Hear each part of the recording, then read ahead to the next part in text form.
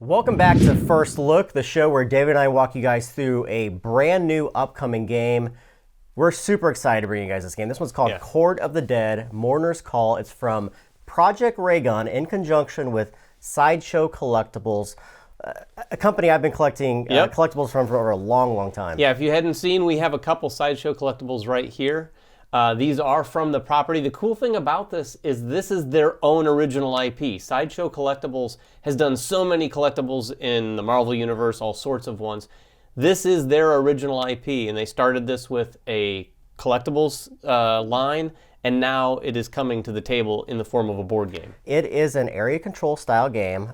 Dudes on a map for the most part. However, there's no dice rolling in the game as far as combat. It's very simple to play and pick up. However, there's a lot of depth within the game. Heaven and hell are locked in this eternal combat, right? Yeah. And so you have the All-Taker, or Death himself, and he has created the Court of the Dead, which are his lieutenants who are going out there trying to put a stop to this war.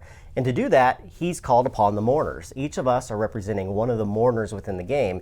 These are three different factions. You have the Bone faction, the Flesh faction, and the Spirit faction, all which give you unique abilities as you play. Yeah, these are represented, if you can see here, by these different groups of miniatures plus cards. You're going to be able to recruit those miniatures themselves or recruit cards that come with one of those miniatures. Right, so we have a 4-player game set up here. We're just going to walk you through briefly how the game is played.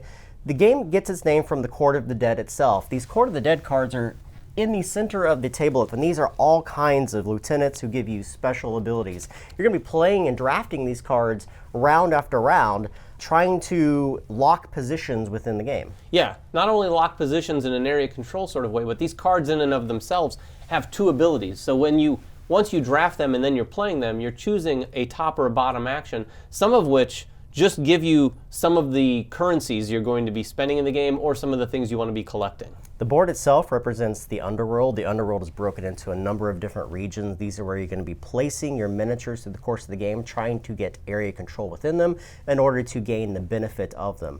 On the bottom of the board, you're going to see a guild track. These guild tracks represent the 6 different types of miniatures. 2 miniatures belong to each of the 3 different types of factions within the game. These 2 will give you an area control benefit from controlling them. Yeah, it's really cool. Each of these guilds, there's 2 for the bone, 2 for the spirit, and 2 for the flesh. They correlate to the different miniatures in each of those factions, if you will, or guilds that you acquire. So as you acquire those miniatures, you're automatically going to be increasing your position in any of these factions down here. Each player is also going to start with a mourner card, depending upon which of the 3 factions they choose at the start of the game. Each player is going to be given 3 ulterior motive cards. These will give you end of the game points, but no one knows exactly what one you've chosen, but they're going to know the faction that you've picked. Once you pick that faction, then you're allowed to choose a mourner from one of the starting cards. They are not only going to give you a specific guild character, but they're also going to give you an ongoing ability. So this is one of the cool things about the game, is you're going to be building this tableau of mourners in front of you that you can key off round after round. Yeah, the mourners are yet another one of the actions you can take. There's a decent list of actions you can take and a wide variety there.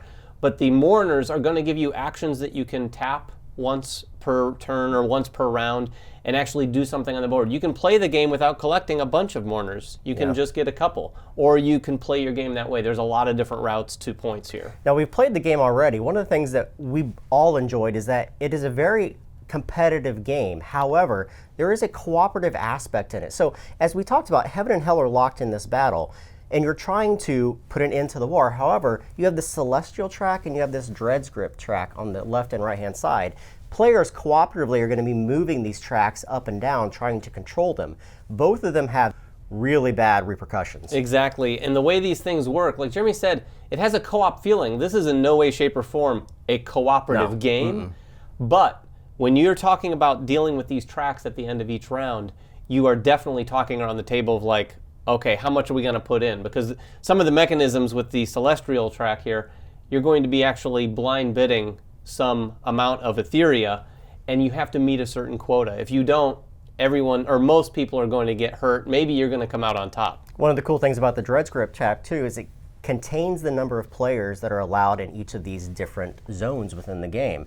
As the Dread's Grip moves up, Heaven and Hell start to look more at what's going on within the board, and it starts to penalize players for having too many characters in each of those regions. Yeah, and it adds some interesting gameplay mechanics too, because as you put people in, you might actually want to put an extra person into an area to tip the scale over there, just so that you can fire off that Dread's Grip track, so that maybe you come out on top. Right. Jeremy, you might have 3 guys in there. I might put one guy in there, right. and I might survive depending on how things shake out. You know, one other thing we haven't talked about, in addition to the ulterior motive, which everyone has from the very beginning of the game, each round you're going to take one of these Wallows cards. These are basically round-based objectives for each player, and they range from all sorts of things, and they also give a lot of flavor to the game. Some might just have you have a certain amount of influence on one of the tracks, whereas another one might actually give you sort of a mission to go to a certain territory, have presence there, and then once you're there on your turn, you can actually take an action to actually mock out a fight against a certain character or something like that. And if you win, you get some benefits. If you lose, you don't. So we've played the game a couple times, and we absolutely love it. We invite you guys to come back in a couple weeks for round 1. It's a brand new show that we do. We'll play a couple rounds of the game on camera, and then we'll break to give you a battle report of our progress. Yeah, in the meantime, take all of this in. There's a lot of beautiful components to this game. You'll get a better look, like Jeremy said, on round 1. But until then, thanks for watching, and catch us next time.